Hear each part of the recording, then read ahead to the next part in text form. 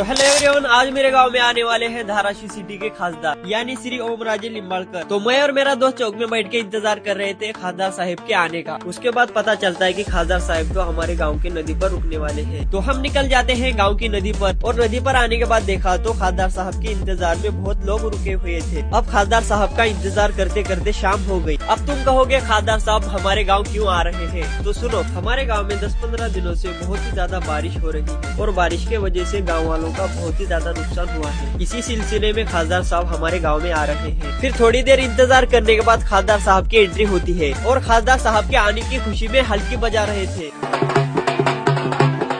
और फिर खासदार साहब गांव वालों के साथ जमीन पर बैठ के गांव वालों की एक एक प्रॉब्लम सुन रहे थे, जैसे कि किसानों की समस्या और नेटवर्क की प्रॉब्लम और बारिश से होने वाले नुकसानों के बारे में सुन रहे थे। और सभी गांव वालों की समस्या देखकर और गांव वालों को दिलासा देकर खासदार साहब निकल गए और हम भी निकल आए अपने घर।